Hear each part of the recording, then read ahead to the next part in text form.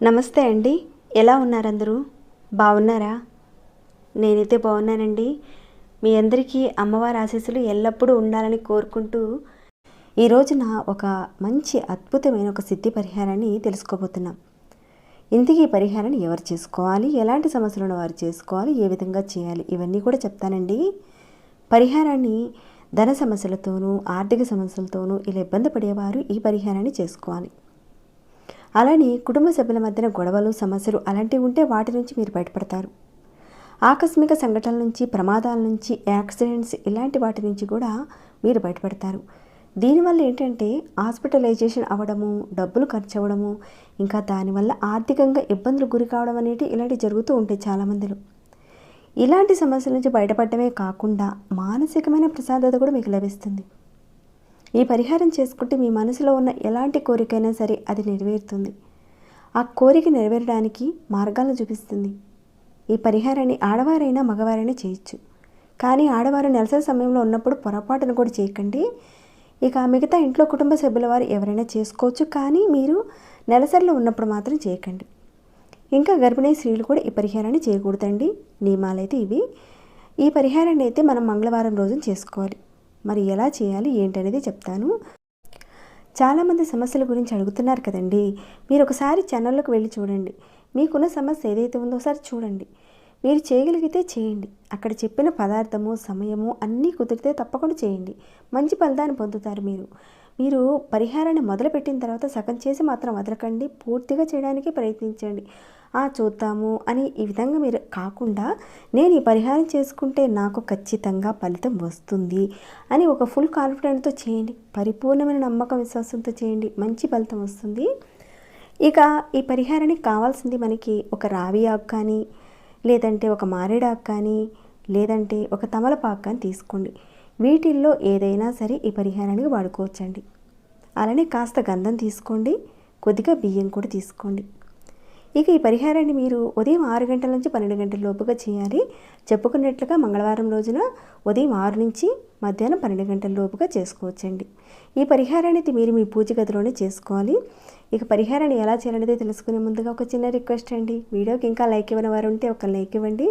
మీ likes అనేవి చాలా important అండి మన ఛానల్కి. ఇంకా సబ్స్క్రైబ్ కానివారు మన ఛానల్కి సబ్స్క్రైబ్ చేసుకుని ప్రతిరోజు నోటిఫికేషన్ వచ్చేలా ఆల్ అనే ఆప్షన్ ట్యాప్ చేసి పెట్టుకోండి. ఇలాంటి సమస్యలు ఉన్న వారికి ఎవరైనా ఉంటే కుదిరితే షేర్ చేయండి. ఈ వీడియోని పూర్తిగా చూడండి. ఎక్కడ ఏ పార్టీని మిస్ కాకుండా చూడండి. అప్పుడే చక్కగా పరిహారాన్ని చేసుకోగలుగుతారు. ఇక ఈ పరిహారం విషయం చూసుకుంటే ఇప్పుడు మనం మంగళవారం రోజున మీరు ఉదయాన్నే చక్కగా లేచి స్నానాది కార్యక్రమాలు ముగించుకొని, మీ దగ్గర తమలపాకు ఉంటే తమలపాకు తీసుకోండి, లేదా రావి ఆకుంటే రావి ఆకు కానీ, లేదా మారేడు ఆకుంటే మారేడాకు కానీ తీసుకోండి. మీకు ఏది అవైలబుల్గా ఉందో తెచ్చిపెట్టుకోండి. ముందు రోజే తెచ్చిపెట్టుకోండి. అంటే కొన్ని పరిహారాల విషయాల్లో ఆ రోజునే తెచ్చుకొని చేసుకునే విధానాలు ఉంటాయి. కానీ ఈ పరిహారం విషయంలో ముందు రోజు తెచ్చుకొని ఉంచుకొని ఈ పరిహారాన్ని చేసుకోవచ్చు మనం. కొన్ని పరిహారాల్లో అలాంటి అవకాశం ఉండదండి. ఇక ఈ పరిహారంలో ముందు రోజే ఆకును తెచ్చుకొని వాడుకోవచ్చు. అలానే ఇతరులు కోసుకొచ్చి ఇచ్చినా కానీ ఆ ఆకులను కూడా మీరు ఈ పరిహారానికి వాడుకోవచ్చు. ఇక మీ పూజ గదిలో చక్కగా కూర్చొని ఇప్పుడు చెప్పిన ఈ 3 ఆకుల్లో నుంచి ఏదో ఒక ఆకును తీసుకోండి. ముందుగా ఆకుని శుభ్రంగా కడిగి పక్కన ఉంచుకోండి.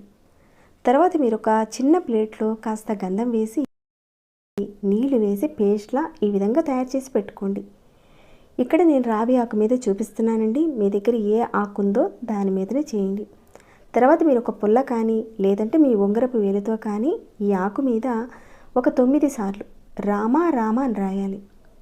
నేను పుల్లతోనే చేసి చూపిస్తున్నానండి. కాస్త ఈ గంధాన్ని తీసుకొని పుల్లతో రామ రామ అని రాయండి. మనస్ఫూర్తిగా మీకు ఏదైతే సమస్య ఉందో ఆ సమస్య తీరిపోవాలి అని అనుకుంటూ చేయండి. ఇక ఈ ఆకు ఉంది కదండి, నిలువుగా రాసుకోవచ్చు. ఈ ఆకు మీద అడ్డంగానైనా సరే మీరు రాసుకోవచ్చు. అలా రామ రామ అని అనుకుంటూ చేయండి. ఇక్కడ నేను చూపించిన విధంగా రాస్తే సరిపోతుందండి. ఇలానే చేయండి చాలు. అంటే ఇప్పుడు చెప్పిన ఈ 3 ఆకులు ఉన్నాయి కదండి, ఈ 3 ఆకుల్లో నుంచి ఏదో ఒక ఆకు తీసుకొని చేయండి. ఒకవేళ ఈ బిల్వపత్రం ఉంది కదండి, ఈ బిల్వపత్రం 3 ఆకులతో కలిసి ఉంటుంది. ఈ విధంగా ఉంటుంది కదండి. అప్పుడు మీరు ఈ ఒక్క ఆకు మీద రాస్తే సరిపోతుంది. ఈ 2 ఆకుల మీద రాయనవసరం లేదండి.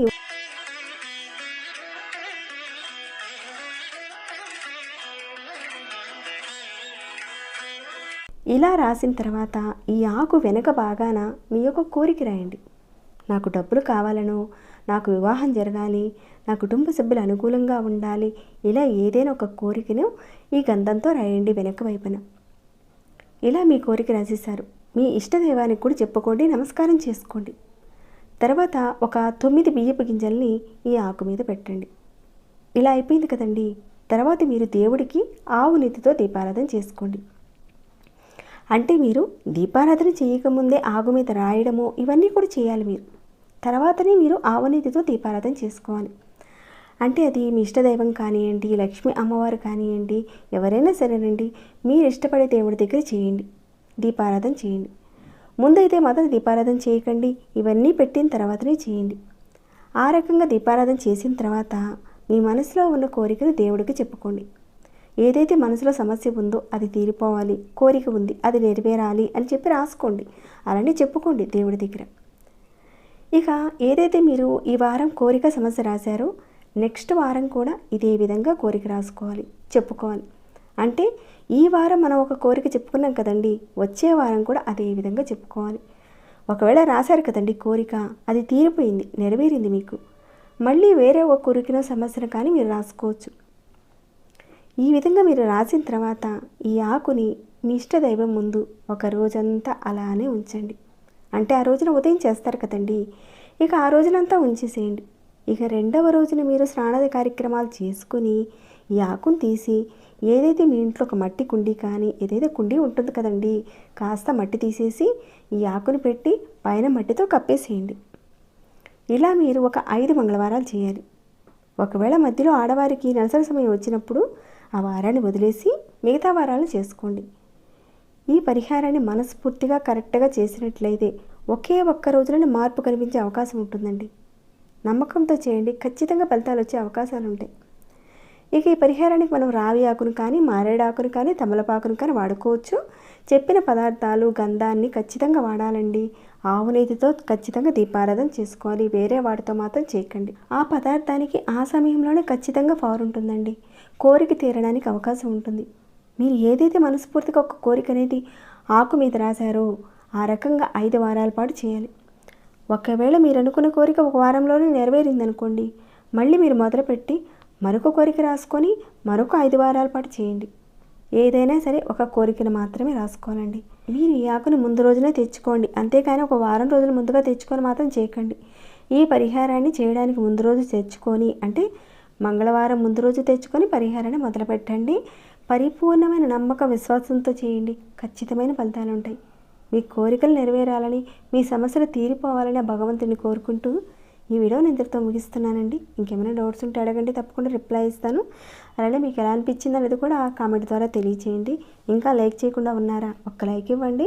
సబ్స్క్రైబ్ కానివారు మన ఛానల్కి సబ్స్క్రైబ్ చేసుకుని ప్రతిరోజు మన ఛానల్ నుంచి వచ్చే వీడియోస్ని వాచ్ చేస్తూ ఉండండి. మరొక భక్తి వీడియోలో మళ్ళీ మిమ్మల్ని కలుసుకుంటాను. అంతవరకు సెలవు.